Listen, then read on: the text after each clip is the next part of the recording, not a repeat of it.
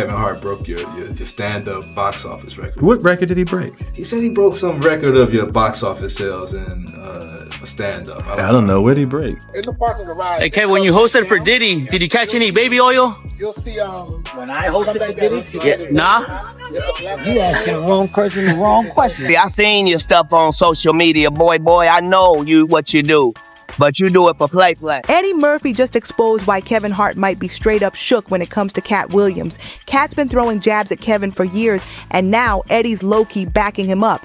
When are we, or are we ever going to see you on stage again doing stand-up? I'm going to do it again because I got to break Kevin's new record. I got to get back on the stage because this new record that Kevin got, I got to have it back, Kevin. From Katt calling Kevin an industry plant. What do you think a plant is? Maybe people don't understand the definitions of these words. To Kevin straight up dodging Katt's offer for a live comedy showdown. I got a show at your hometown in Philly. I'm gonna take my special there. On that stage, we can put whatever you want. A full court basketball court, a boxing ring. Why won't Kevin step up to just one man? Let's break it down. Eddie Murphy used to keep his distance from all the comedy drama. He didn't comment, didn't pick sides, didn't throw shade. He stayed out of it. But something about Kevin Hart made him finally speak up. In a recent interview, Eddie dropped a few bars that seemed chill on the surface, but they hit hard. When they brought up Kevin supposedly breaking Eddie's legendary stand-up box office record, Eddie didn't even blink. Kevin Hart broke your stand-up box office record. What record did he break? He said he broke some record of your box office sales for stand-up. I don't know. What did he break? Instead, he reminded everyone that Raw is still the #1 stand-up concert film ever, and he hasn't touched the stage in 27 years. Then with a smirk, he added, "Now I gotta get back on stage because I want that record back, Kevin." Sounded playful, but anyone who knows Eddie knows that kind of talk ain't just jokes. When he talks, even with a grin, there's truth under the surface. So what's all this got to do with Kevin ducking Katt Williams? Everything, because when a GOAT like Eddie Murphy, one of the most respected names in comedy, starts questioning Kevin's spot on top, it makes people take a second look. That's exactly the kind of energy Katt's been on. Kevin built this squeaky clean, super marketable image, but when someone like Eddie, who's seen it all and done it all, starts casting doubt, people start digging, and that's where Katt steps back in. Katt wasn't just throwing shade, he was trying to tell folks something. Katt Williams didn't just throw shots, he lit the whole place up. In more than one interview, he flat out accused Kevin Hart of being an industry plant, someone who got fast-tracked, protected, and pushed to the top. Not because he was the funniest, but because he was willing to play the game, willing to stay quiet about the real puppet masters behind the scenes. Have we heard of a comedian that came to LA and in his first year in LA, he had his own sitcom on network television and had his own movie called Soul Plane that he was leading? No, we've never heard of that before that person or since that person. What do you think a plant is? And Katt didn't just talk, he brought receipts. He claimed that for about 5 years straight, every big movie that Kevin booked had been offered to him first, but only if he agreed to take on certain roles, ones he wasn't feeling. Katt said those parts were either straight up step and fetch it caricatures or overly flamboyant roles he wasn't cool with. So when he said no, those same scripts landed right in Kevin's lap. Now take that and stack it on top of Eddie Murphy's slick little reminder that Raw still holds the #1 spot for a stand-up film. And suddenly, Kevin's so-called reign doesn't look as solid as people thought.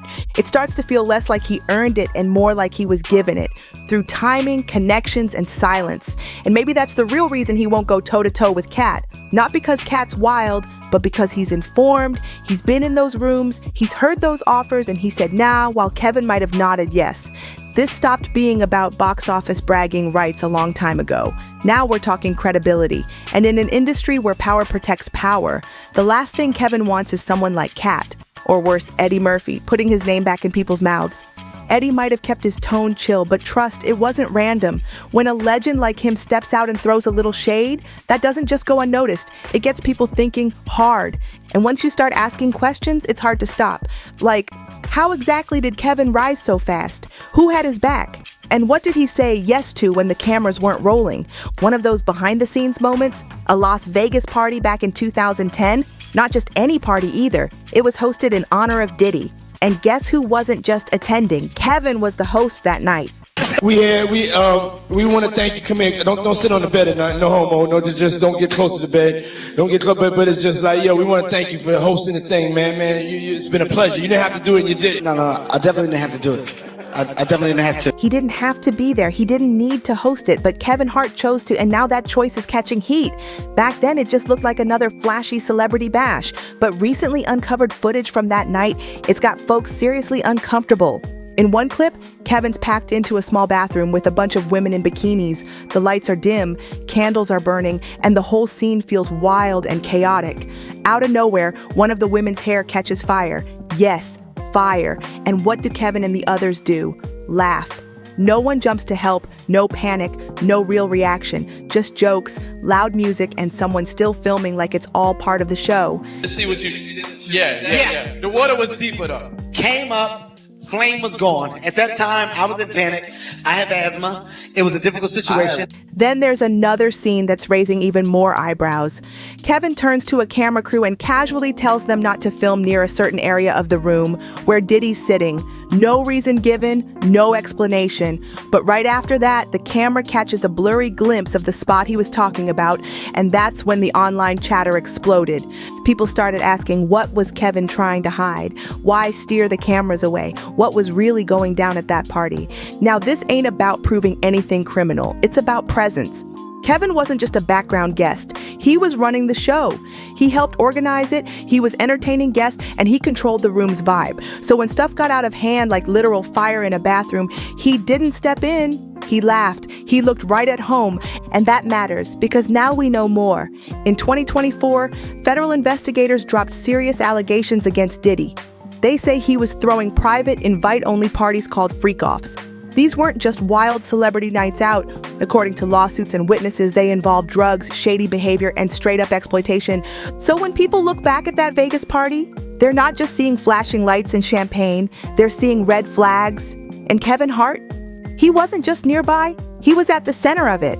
This wasn't just a one-off wild night. People are now saying it fits into a much darker pattern. Let's be clear, Kevin Hart hasn't been accused of any crimes, and there's no proof linking him to the illegal stuff being investigated, but that's not what's got folks talking. What is raising eyebrows is the fact that he was right there, on camera, hosting, laughing, and soaking it all in, while things spiraled out of control around him. So when people see Kevin looking nervous or dodging certain topics in interviews today, this is why. The footage is out, the timeline matches, the links are real, and when paparazzi pressed him about his connection to Diddy, did he clear things up? Not even close. He ducked the question and kept it moving. Hey, Kevin, when you hosted for Diddy, did you catch any baby oil? You'll see, when I hosted for Diddy, Yeah, nah? you asking the wrong person the wrong question. That kind of silence, it doesn't calm anything down. It just stirs the pot even more. When there's video proof and someone still stays quiet, it starts to look like they're hiding something. And maybe, just maybe, that's what Eddie Murphy was hinting at when he threw shade at Kevin. Not just poking at his career success, but calling out what it was built on. Once that Vegas footage started spreading, people didn't stop there. They went back and started digging through Kevin's past, and a whole different picture started forming. Sure, he's sold to the public as this hardworking, family-first comedian, but the deeper you look, the more complicated it gets. Take 2013, for example. Kevin was arrested in Los Angeles for driving under the influence. Reports say he was speeding so recklessly, he almost slammed into a tanker truck. Cops said he showed all the signs of being intoxicated, and Kevin himself later admitted he had been drinking and made a bad call. Cop comes over, cop's like, license and registration, please. So Mike go, Buck, where's the registration for the cop? You know, he's got this African accent, right? Buck go. Man, you better get the fuck out of here. Stop talking to me, Mike. I don't know what shit. I don't know what nothing out, man. Just talk to. So now the question isn't just what happened at that party, it's how many moments like that have we missed? Then came the bombshell in 2017, the cheating scandal that shook everything. Kevin had only been married to Eniku Parrish for a little over a year when a video dropped online showing him in a very compromising position with another woman in Vegas. But it didn't stop there.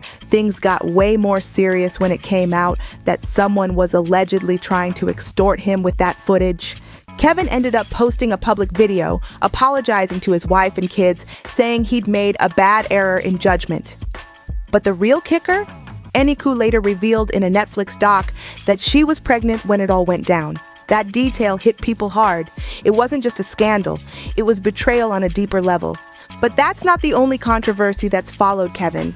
There's also his rocky history with the LGBTQ+ community. Back in 2018, when it was announced he'd be hosting the Academy Awards, old tweets and stand-up clips resurfaced, jokes people called out as homophobic. The backlash was instant, but instead of apologizing right away, Kevin pushed back. He refused to say sorry at first, saying he'd already addressed it in the past. That move only made things worse. Under growing pressure, Kevin finally stepped down from hosting the Oscars and posted a social media apology. But by then, the damage had been done, and the pattern was starting to show. None of these moments happened in a vacuum. Over and over again, Kevin's been caught in scandals where the first move is always the same: deny, deflect, delay. Only after the heat really turns up does he step forward with an apology. It's not about being upfront, it's about saving face. That's the part that's got folks side-eyeing him. Whether it's a sketchy Vegas party or a full-blown PR mess, Kevin only seems to respond when there's no way out. And what makes things worse? The kinds of circles he stays close to. Even after all the mess, he kept surrounding himself with high-powered names, some of whom are now under serious investigation. People are especially pointing at his friendship with Diddy, who's facing heavy allegations about what really went down at his private parties and inside his business empire. And Kevin, still standing close to the fire. Once again, no, Kevin Hart hasn't been accused of any crimes, but his name keeps popping up in talks about silence, loyalty, and who he's really riding with. This ain't about whether he broke a law, it's about who he rolled with, when he stayed quiet, and whether his moves were slick strategy instead of random chance. And then came Katt Williams' explosive 2024 sit-down with Club Shay Shay. This wasn't just some regular interview, it was a full-on breakdown of everything Katt's been holding in about the comedy game. And right at the center of that fire, Kevin Hart. For Katt, the big problem wasn't just Kevin, it was the way Kevin blew up. Too fast, too smooth, too perfect. That kind of rise doesn't happen without a push from behind the curtain, and Katt wasn't shy about saying it. He straight up called out how Kevin got handed opportunities most comedians have to bleed for, while the average comic is out here grinding in grimy clubs, city after city, night after night. Kevin seemed to skip all that. He bypassed the grind completely, like he was playing a different game altogether. Katt even pointed fingers at the story Kevin's been selling, especially the one from his Netflix doc with Chris Rock. That series pushed a narrative about Kevin's East Coast roots, his Philly hustle, and his rise through the stand-up trenches. But Katt wasn't buying it. He questioned how Kevin could have been deep in that East Coast scene while also putting in work in Los Angeles at the same time.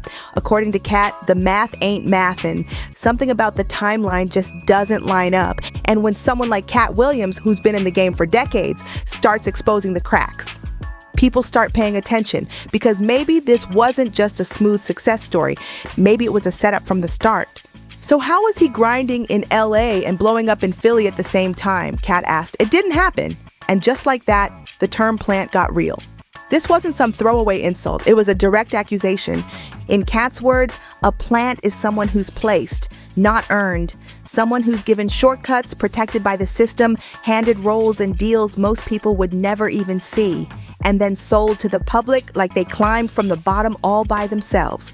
To Katt, that's exactly what Kevin Hart's career looked like. The roles, the endorsements, the sudden rise, it all came too quick. It didn't feel like years of late-night clubs, bombed sets, or uphill battles. It felt handed over. And Katt? He wanted real answers. Kevin's clapped back at this kind of talk before.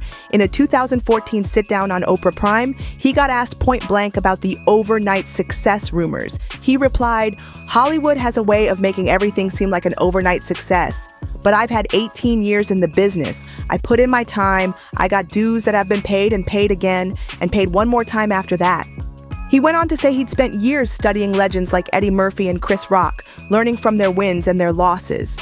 His house, he said, was full of photos of comedy icons, a daily reminder of the level he was chasing. "What separates me is my drive," Kevin told Oprah. "My drive is other people's success." But that didn't hit the heart of what Katt was really saying. Katt wasn't arguing that Kevin never worked. He was asking who helped him skip lines most comedians never get to jump, the kind of shortcuts that change a grind into a launch pad. As the noise around Kevin's rise kept growing, Katt didn't back down. He turned the heat up. He stopped focusing just on Kevin and started tearing into the entire Hollywood system. Katt wasn't buying the dream that hard work always wins. He was calling it what he believed it really was, rigged from the start, favoring the chosen ones and hiding it behind smiles and spotlights. In Katt Williams' eyes, the game's got real gatekeepers, people who pull strings behind the scenes. And guess what? He claimed Kevin Hart had become one of them. To break it down, Katt brought up Kevin's close connection to Tiffany Haddish. Now, Tiffany's a major name today, thanks to her breakout in Girls Trip and hosting Saturday Night Live. But her climb wasn't all red carpets and limos. She's openly talked about hitting rock bottom, being homeless, sleeping in her car, just trying to survive while chasing the comedy dream. In a 2018 Vanity Fair interview, Tiffany shared how Kevin stepped in during those tough times. They were both doing sets at the Laugh Factory when Kevin found out she was living out of her car. He gave her $300 and told her to grab a hotel for a couple nights. Then he told her straight up, write down your goals and start knocking them out one by one. Tiffany took that advice to heart. She checked into a motel, made a plan, and got to work. She wrote down dream roles, people she wanted to collaborate with, and long-term moves. Slowly but surely, it all started coming together. Sounds like a feel-good story, right? Well, not to Katt Williams. When he popped up on V103's Frank and Wanda in the morning, he wasn't buying the fairy tale. Did you think she wrote Girls Trip Goofball? Right. Or do you think that was already a script and they handed it to her? Katt threw heavy shade, saying folks had crowned Tiffany the queen of comedy way too early.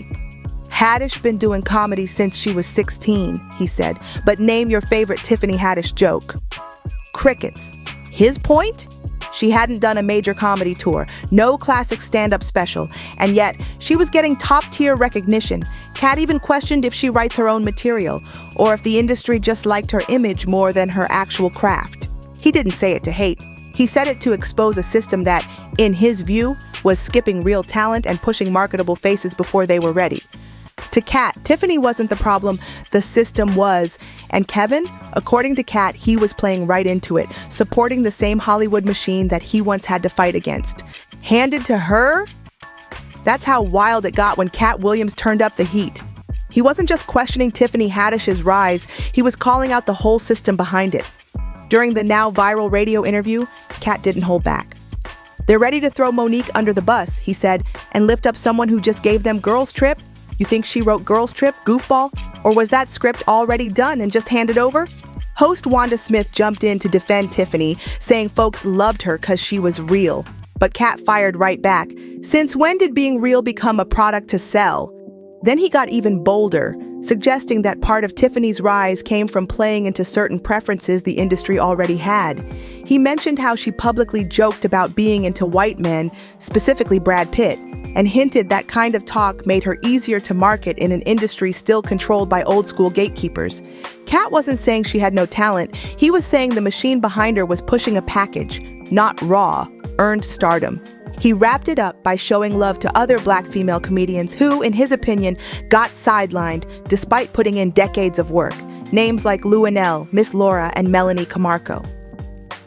These women been grinding for years, he said, but where's their big break? Why ain't Hollywood knocking on their doors? Kevin Hart didn't stay in the background after that. He pulled up on the Breakfast Club with Tiffany right by his side and clapped back hard. Looking straight into the camera, Kevin addressed Katt. You had the shot. You were set up to be the star, but you didn't show up to work. You skipped promo shoots, missed chances. You became a risk. I've forever been the humble guy. I have time to not be humble today. I have time to fact check everything he said because the world of Katt Williams is a fictional world. He slammed Katt for tearing down someone else's wins instead of owning his own setbacks. According to Kevin, Katt's downfall wasn't the industry. It was Katt. But what made Katt's claims hit different this time? It wasn't just the people he called out, it was how deep he went. He wasn't vague. He brought details. Katt claimed that for 5 years straight, nearly every major comedy film Kevin starred in had been offered to him first. He said he turned them down, not because he couldn't, but because he wouldn't. The scripts were full of tired stereotypes and what he called overtly homosexual humor, and he wasn't cool with playing that game. "I'm not against comedy," Katt said, but he was against what he saw behind the curtain. "But I'm not gonna take shortcuts. I'm not gonna play a role I don't believe in just to move up," Katt said, loud and clear. He claimed every time he tried to push back or suggest changes to a script, Hollywood ignored him and sent the exact same role, unchanged, to Kevin Hart. And Kevin, he took him, no questions asked. That call out hit a nerve, especially because it tied right into something Katt had been speaking on for years, the belief that some black male actors get pressured into wearing dresses for laughs as a kind of unspoken initiation into the industry. That theory ain't new. Dave Chappelle's spoken on it, so has a long list of others who've raised eyebrows at how often it happens. And Katt, he brought it up again when he was promoting Scary Movie 5. Right around that same time, Kevin had just done a sketch on Saturday Night Live wearing a full dress. To Kevin, it was just a bit, just comedy. But to Katt, that moment was a red flag, not because of the dress itself, but because of what it represented. He saw it as Kevin going along with the game, no matter the cost, even if it meant pushing the same old stereotypes people had been trying to shake off for years. You know what? I was actually one of those comedians that said, no, I wouldn't wear a dress. There's no way. Dave Chappelle and I said that they tried to make him wear a dress. You have to have boundaries. You have to have limits that you refuse to cross. I know what they are. You got to know that you're a brand. You need to protect your brand at all times. And then when proposed with the opportunity of what I felt was funny, nobody made Martin put on a dress and nobody made Tyler Perry. It was a choice that I made. That, Katt said, was the difference. That's what separated him from Kevin Hart. Katt believes the industry left him behind not because he lacked talent, but because he refused to play along. He turned down roles, spoke up when things felt off, and refused to be quiet. Meanwhile, Kevin kept saying yes, followed the blueprint, and shot to the top. Kevin, of course, sees it another way. He sees himself as a hustler who stayed ready, someone who took every chance seriously and outworked everybody to build an empire. But Katt ain't the only one raising questions. Monique also recently dropped her own bombshells about Kevin. She said that when she was getting iced out by Hollywood's biggest names, Oprah and Tyler Perry included, Kevin ghosted her. No support, no loyalty, just silence. And what's even more suspicious, people are starting to notice how Kevin's been getting real friendly with the same power players Monique says turned their backs on her. Let's not forget, back in 2021, Kevin had Monique on his Comedy Gold Mines podcast. At the time, it looked like a friendly gesture, but now, some folks are wondering if it was more about optics than support. Kevin Hart and Monique went deep during that Comedy Gold Mines episode, real deep. They unpacked her entire journey, from her rise in stand-up to the roadblocks that nearly stopped her cold. If you don't know, Monique's beef with Oprah Winfrey and Tyler Perry runs deep, and trust, we'll get into all that soon. But for now, the convo took a turn that no one saw coming. Monique spoke raw and real about how hard things had gotten, how her family felt like they were backed up against a wall with nowhere to go. That's when Kevin, stepping into full-on Big Brother mode, offered up his support. He looked her in the eye and told her she was like family, a mother, an auntie, a sister all in one. But Kevin didn't just say the right things, he actually moved. He admitted he didn't really know Oprah like that, but he promised to reach out to Tyler Perry, and he did. After what Hart described as a heartfelt sit-down with Perry, he came back to Monique with news that had her shook. Tyler was ready to let it all go. No grudges, no more tension, just peace. Kevin, playing the peacemaker, urged Monique to match that energy. "Let's leave all that negativity in the rearview mirror, Mo," he told her. "We got bigger things to accomplish together." But wait, it didn't stop there. Later in a conversation with Shannon Sharp, Monique revealed that Kevin took it a step further. He didn't just talk support, he offered her a real shot, a business move. He told her straight up, "Mo, I talked to Tyler. He's done with all that drama, but you know what? Forget it. Let's just build. Whatever you want to do, I'm in. You want to write it, direct it, act in it? I got you. I'll executive produce it. Just say the word." That moment hit different. It wasn't about making peace with the past. It was about building something new. Kevin didn't just extend kindness. He handed her the keys and said, "Drive." Monique dropped another bomb, and this one had people shook. She revealed that Kevin Hart came through in a big way behind the scenes, even lending her a fat stack of cash when she needed it most. And get this, she paid him back with interest. Respect, right? But then things got messy. After Kevin promised to help her relaunch her talk show, Monique was lit with excitement. And who wouldn't be? Having Kevin Hart as your executive producer could flip any project into a major hit. So she hits up her production company, Endemol, and tells them the big news. They're hype, completely on board, ready to make moves with a megastar attached. But then boom, just 2 weeks later, the whole thing gets flipped on its head. Endemol hits Monique with some straight up devastating news. Kevin's manager, Dave Becky, called them personally to say Kevin had cold feet. Wait, what? Monique, caught totally off guard, picks up the phone and tries to reach out to Kevin for clarity. She wants to hear it from him. And what does she get? A dry, vague brush off. We'll talk Tuesday. Don't worry about it.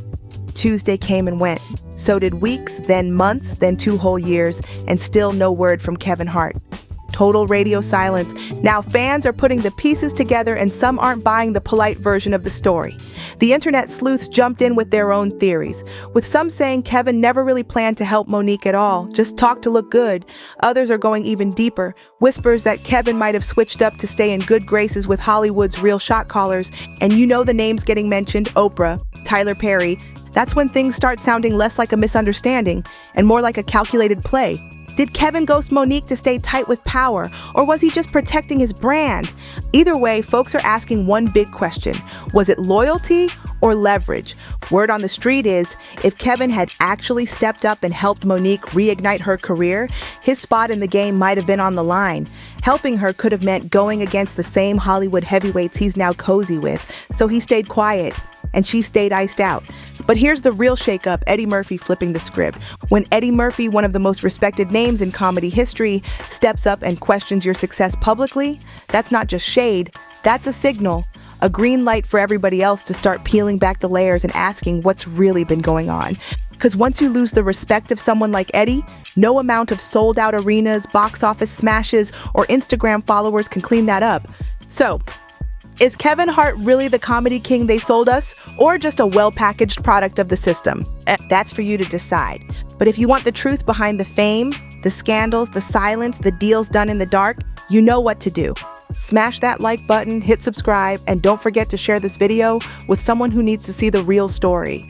We've got more fire coming your way, so stay locked in and I'll catch you on the next one.